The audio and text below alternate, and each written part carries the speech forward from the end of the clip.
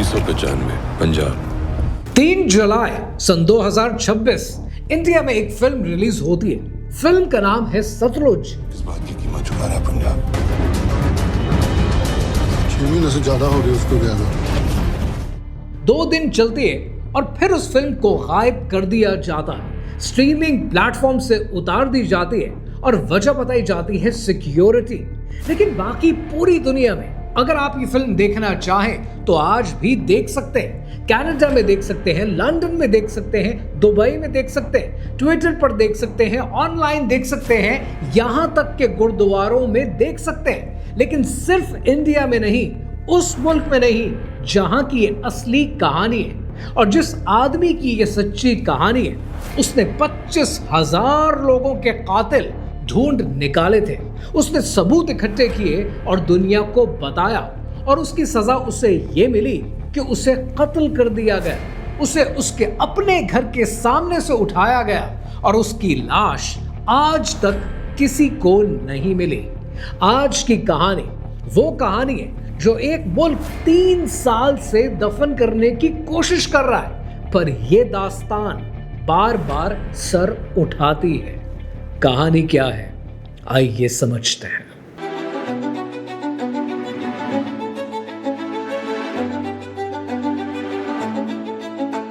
ये कहानी शुरू होती है सन 1990 की दिहाई में इंडियन पंजाब के शहर अमृतसर में। एक आम सा आदमी नाम जसवंत सिंह खालरा बैंक में काम करता है। 2 बच्चे हैं, एक बीवी है परमजीत। कोई लीडर नहीं है, कोई नेता नहीं है, कोई बागी नहीं है। एक क्लर्क जैसा आदमी जो सुबह काम पर जाता है और शाम को अपने काम से अपने घर लौटकर आता है। अपनी आम सी जिंदगी में जसवंत सिंह खालरा ने कुछ नोटिस करना शुरू किया। उसका एक दोस्त गायब हो गया, फिर एक जानने वाला, फिर मोहल्ले का एक लड़का। पुलिस उठाती थी और वो लोग कभी वापस नहीं आते थे। घर वाले ढूंढते थे, पुलिस कहती थी कि हमें नहीं पता कहाँ गया। हो सकता है भाग गया हो सकता है कि मिलिटेंट बन गया हो, क्योंकि उस वक्त पंजाब में सवाल पूछना जुर्म माना जाता था। लेकिन जसवंत सिंह खालरा खामोश नहीं हुआ। उसने कुछ ऐसा किया जो किसी ने कभी सोचा तक नहीं था। उसने इन लोगों को गिनना शुरू कर दिया। वो शमशान घाट जाता था, रिकॉर्ड चेक करता था, म्युनिसिपल कमेटी के कागज देखता था, लकड़ी खरीदने के बिल्स चेक करता था और वहां से उसने एक चीज देखी जिससे उसकी रूह कांप उठी। कागजों में लिखा था कि लावारिस लाश है, अनक्लेम्ड बॉडी, यानी वो लाश कि जिसका कोई वारिस नहीं है। पुलिस उन्हें लेकर आती थी, जला देती थी और फाइल को बंद कर देती थी। लेकिन जसवंत सिंह खालरा उसने उनमें से कुछ नाम पहचान लिए। वो नाम लावारिस नहीं थे, उनके घर वाले थे, उनके माँ बाप थे जो अभी तक थाने की चक्कर लगा रहे थे, जो उन्हें ढूंढ रहे थे, जो उनका इंतजार कर रहे थे कि उनका बेटा एक ना एक दिन लौट आएगा। उनके बेटे को पुलिस कब का जला चुकी थी और उन्हें बताया तक नहीं गया था। जसवंत सिंह खालरा गिनता गया, एक शमशान घाट, फिर दूसरा, फिर तीसरा, और जब तक तहकीक मुकम्मल हुई उसके सामने जो नंबर आया वो इतना भयानक था कि लिटरली सुनकर आपके रोंगटे खड़े हो जाएं।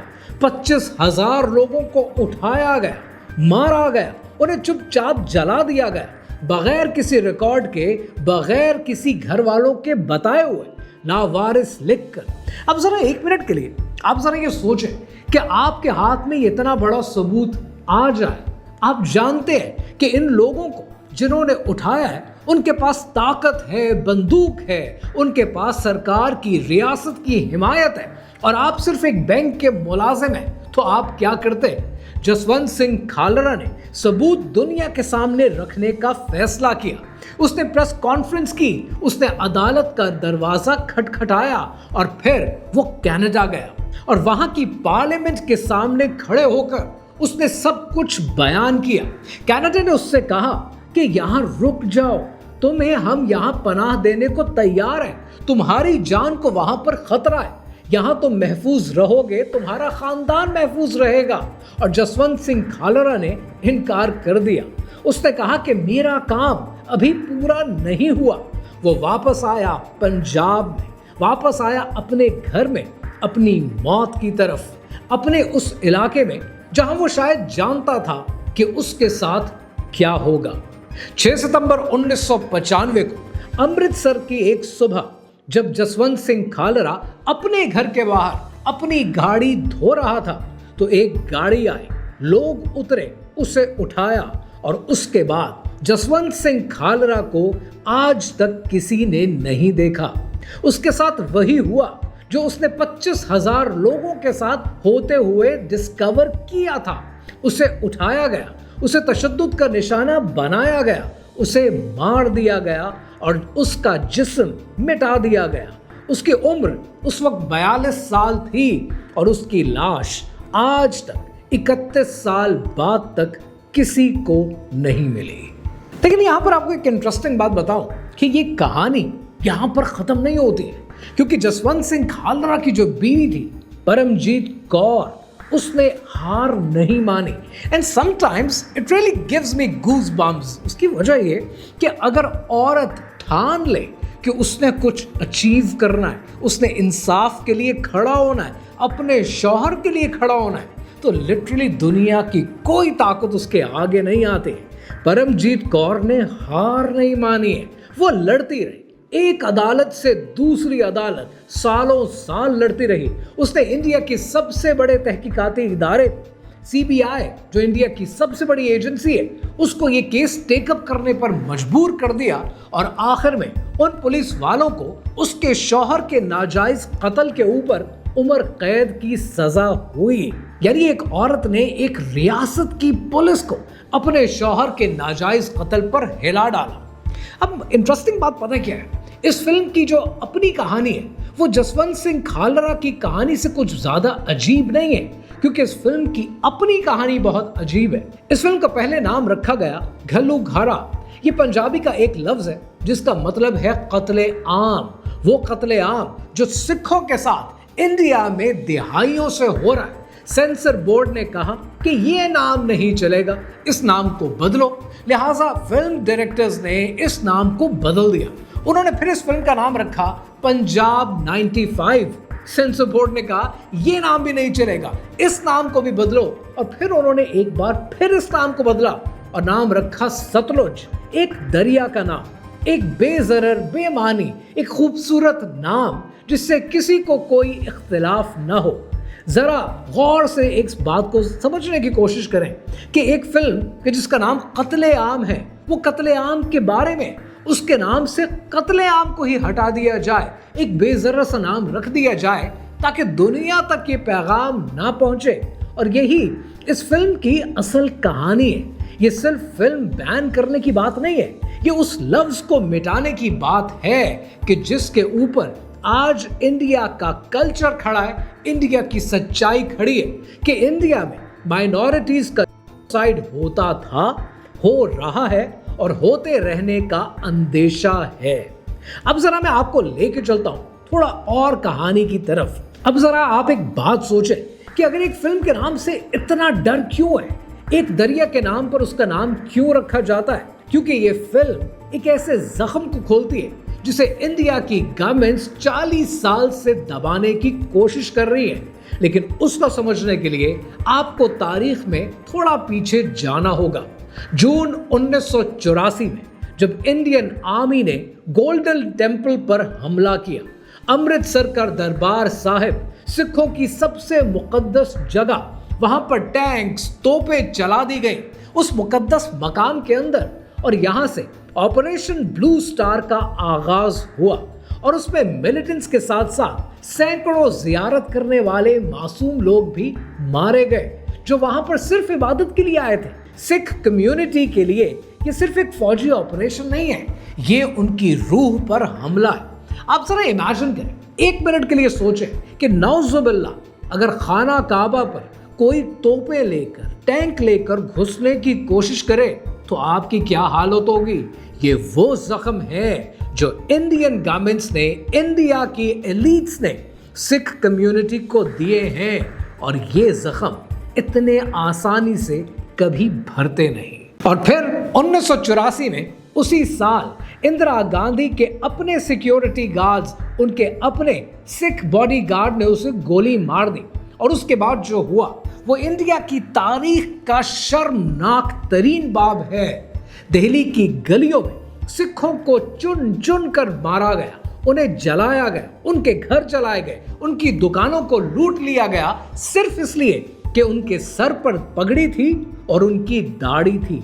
हजारों लोग चंद दिनों में मार डाले गए और पुलिस देखती रह गई। और इसको सिर्फ मैं नहीं, खुद सिखों की सबसे बड़ी मजहबी कम्युनिटी, उनकी अथॉरिटी अकाल तख्त कहती है कि ये नस्लकुशी है, जेनोसाइड है। और उसके बाद 1984 से लेकर 1995 तक पंजाब में ये 11 साल, पूरी एक दिहाई, जब पुलिस को खुला हाथ दे दिया गया कि उठाओ, पूछो, मार डालो, जला दो, लावारिस लिख दो, और उसी दिहाई को, उसी गिनती को जसवंत सिंह खालरा ने कागज पर उतारना शुरू किया। अब मैं आपको इस पूरी कहानी का एक और जाविया देता हूं जो आपके लिए बहुत इंपॉर्टेंट है, और उसके बाद फिर आप खुद फैसला कीजिए कि सच्चाई कहां बेस करती है। वो मुल्क इंडिया, वही सेंसर बोर्ड, वही सरकार। एक और फिल्म आई और इस फिल्म का नाम है द कश्मीर फाइल्स। मुसलमानों को विलन बनाकर पेश किया गया, नफरत फैलाई गई। उस फिल्म के साथ क्या हुआ? बैन हो गई? हरगिज नहीं, उस फिल्म को बैन नहीं किया गया, उसको कई रियासतों में टैक्स फ्री कर दिया गया। Indian prime minister Narendra Modi ने खुद इस फिल्म की तारीफ की, सरकारी तौर पर स्क्रीनिंग्स की गई और उस फिल्म के डायरेक्टर को सेंसर बोर्ड का मेंबर बना दिया गया। वही बोर्ड जो दूसरी फिल्मों को तो रोकता है, लेकिन इस तरह की फिल्मों के साथ और ट्रीटमेंट किया जाता। और उसके बाद फिर एक और film I the Kerala story. उसमें दावा किया गया कि हजारों लड़कियां जबरदस्ती मजहब बदल कर ले जाई जा रही हैं। और जब अदालत में उसके बारे में लोग पहुंचे तो अदालत ने पता क्या कहा?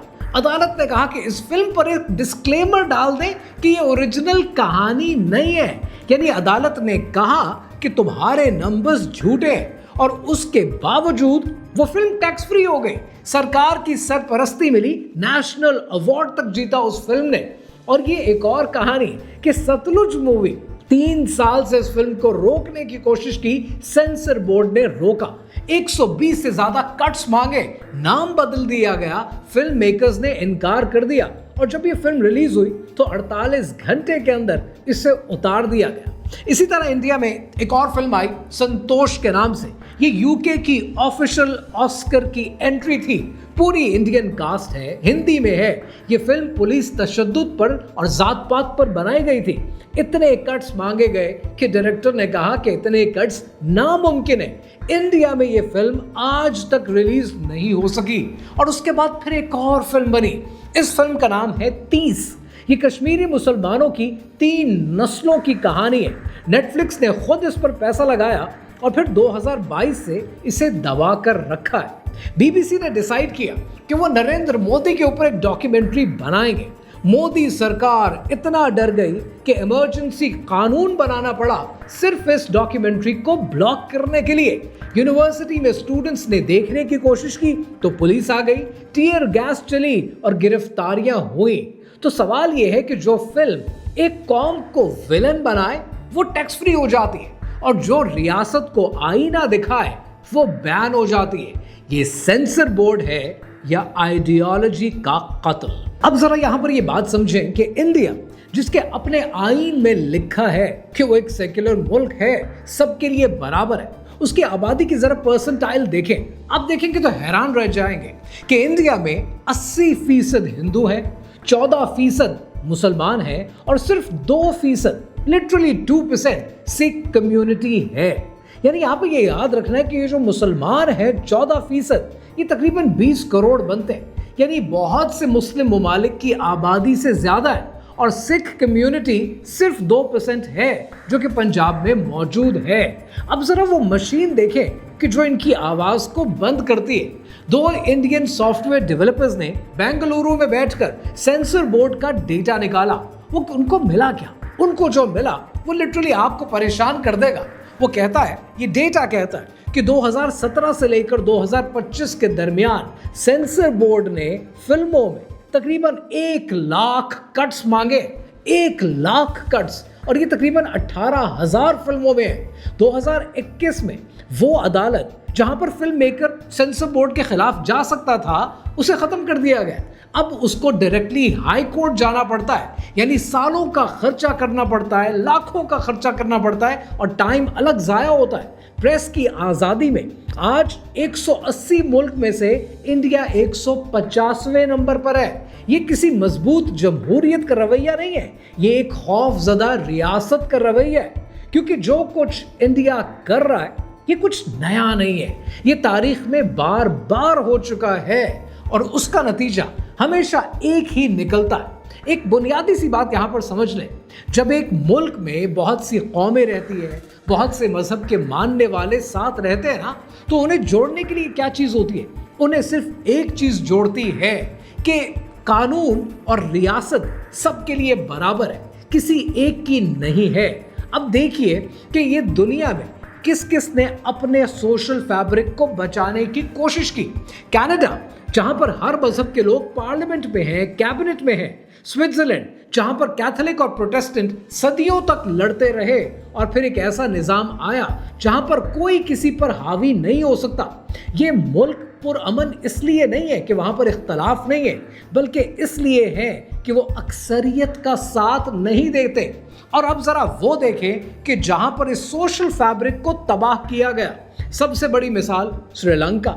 1956 सिन्हाली अक्सरियत ने एक कानून पास किया कि सिन्हाला ओनली, सिर्फ हमारी जबान, तामिल अकलियत की जबान, उनका दर्जा, सब कुछ खत्म। तो फिर मकसद था क्या? मकसद था कौम को एक बनाना, लेकिन नतीजा क्या निकला?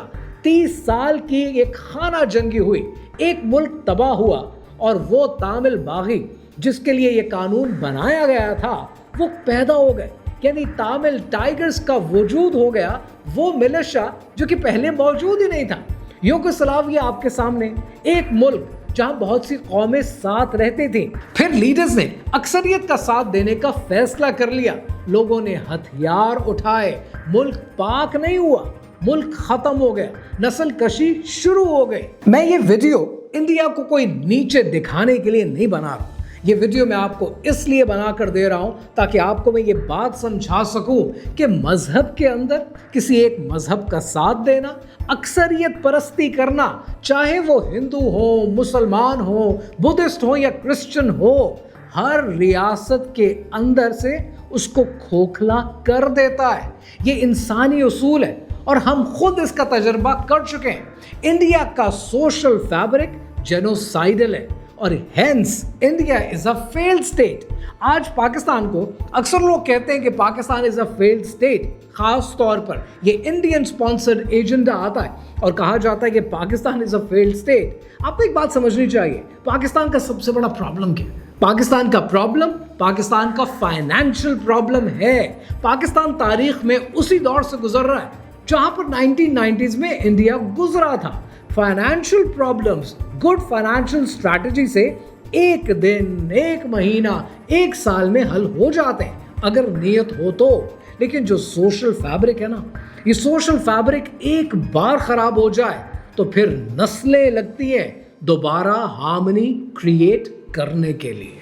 दुनिया की तारीख गवाह है कि जब किसी हुकूमत ने यह फैसला किया कि मुल्क सिर्फ एक ही ग्रुप का है, तो एक ही चीज उसने डिस्कवर की कि अक़लियत को दबाने से वो इत्तेहाद कभी नहीं मिलता जो उनको वादा दिया जाता है। उससे सिर्फ मज़ाहमत पैदा होती है, मज़ाहमत से बेचैनी पैदा होती है और बेचैनी से वो मुल्क टूटने लगता है। और सबसे अहम बात, जो हथियार अक़लियतों को चुप कराने के लिए बनाया जाता है वो आखिर में सब पर तान दिया जाता है। जो सेंसर बोर्ड आज एक सिख की फिल्म को दबाने की, उसको दफन करने की कोशिश कर रहा है, वो कल को हर उस चीज को दफन करेगा जो ताकतवर को नापसंद है, चाहे फिर वो हिंदू की बनाई हुई हो कि मुसलमान की बनाई हुई। और खालरा की कहानी इस बात को 2 बार साबित करती है। रियासत ने खालिस्तान मूवमेंट को कुचलना चाहा, उस कुचलने के अमल ने खालरा का, जसवंत सिंह खालरा का सबूत पैदा कर दिया। उन्होंने जसवंत सिंह खालरा के सबूत को मिटाने की कोशिश की। उस सबूत ने इस मूवी को, इस फिल्म को पैदा कर दिया। इन्होंने फिल्म को रोकने की कोशिश की। आज एक दुनिया देख रही है। प्रेशर हमेशा जब भी बढ़ाया जाता है, उससे यादें और मेमोरीज और जख्म ट्रिगर होते हैं, जिसे वो मिटाने की कोशिश करते हैं, वो और ज्यादा उजागर हो जाता है। अब जाते जाते आपको एक मंजर दिखाता हूं, एक ऐसा मंजर कि जो इस वक्त इंडिया के सूबे पंजाब में चल रहा है। गुरुद्वारों के अंदर लोगों ने चादरें लगाई हुई हैं, गांव के हॉल्स में प्रोजेक्टर लगे हुए हैं और वहां बैठकर बुजुर्ग, औरतें और बच्चे वो ये फिल्म देख रहे हैं। एक गुरुद्वारे में, एक गांव में सैकड़ों लोग जमीन पर बैठकर उस आदमी की कहानी देख रहे हैं जिसे वो जानते तक नहीं है। इंटरनेट पर लोग बार बार यूट्यूब पर लिंक्स डाल रहे हैं, इस मूवी को अपलोड करते हैं। इंडिया की सरकार एक लिंक गिराती है, 10 मिनट में दूसरा अपलोड हो जाता है, वो दूसरा गिराती है, तीसरा अपलोड होता है, वो तीसरा गिराती है, चौथा अपलोड हो जाता है। और जसवंत सिंह खालरा, उसने एक बार कहा था कि एक चिराग बुझा भी दिया जाए तो उसकी रोशनी कभी कम नहीं होती, वो दूसरे चिरागों तक पहुंच जाती है। उन्होंने उसका जिस्म जला दिया, उसकी लाश को गुमा दिया, उसकी लाश आज तक किसी ने नहीं देखी। उन्होंने उसका नाम फाइलों से हटा दिया, उसकी फिल्म का नाम बदल दिया, उस पे कट्स लगा दिए, कत्ले आम से एक दरिया का नाम रख दिया गया। और 31 साल बाद, 33 साल के बाद उसकी कहानी उसके अपने मुल्क के गुरुद्वारों में चादरों पर चढ़ रही है और दुनिया देख रही है। पूरी दुनिया के किसी भी मुल्क में देखी जा रही है सिवाय उसके अपने मुल्क के। क्योंकि सच को आप बदलने की जब कोशिश करते हैं ना, तो सच आपको बदल देता है। सच को आप दबा सकते हैं, सच का आप नाम बदल सकते हैं, सच पर आप कट्स लगा सकते हैं, लेकिन सच को आप कभी मिटा नहीं सकते। और जो कौम ये बात नहीं समझती, वो तारीख नहीं लिख रही होती, वो अपना ज़वाल लिख रही होती है। शायर ने कहा था ना कि बेजामो सबू कोई मुलाकी नहीं रहता, बेजामो सबू कोई मुलाकी नहीं रहता, बिन हल्के रिंदा कोई साकी नहीं रहता। जो कौम भुला देती है तारीख को अपनी, उस मुल्क का जोग्राफिया बाकी नहीं रहता।